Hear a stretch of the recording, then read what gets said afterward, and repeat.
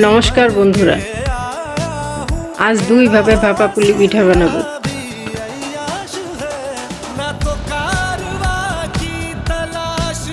নারকেল গুড় দিয়ে প্রথমে পুর তৈরি করে নিলাম।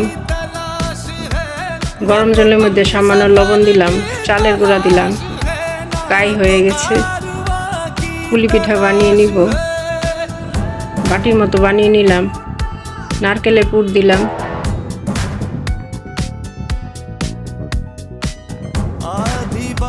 পুলি পিঠার মুখটা বন্ধ করে দিলাম,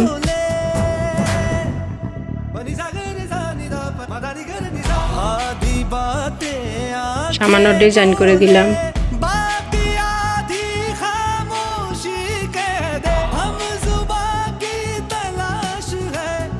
পিঠা বানিয়ে নিয়েছি। ভাপে ৬-৭ মিনিট সিদ্ধ করে নিব।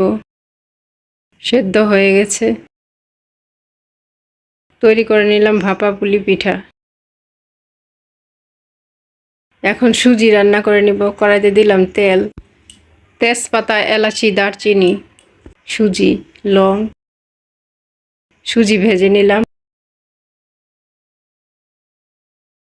১ চামচ ঘি দিলাম, আর একটু ভেজে নিব।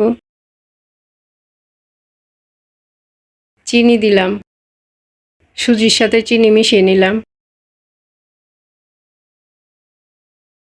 জল দিলাম।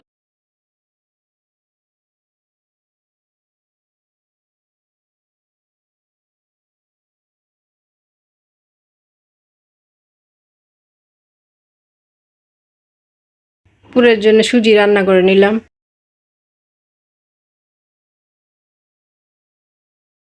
কাই তৈরি করে নিয়েছি। পুলি পিঠা বানিয়ে নিব। বাটির মতো বানিয়ে নিলাম।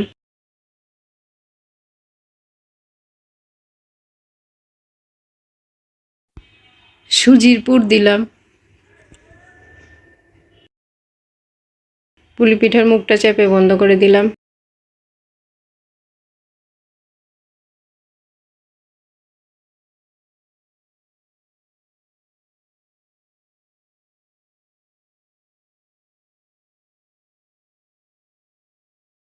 ছয় ৭ মিনিট ভাপে সিদ্ধ করে নিব। সেদ্ধ হয়ে গেছে,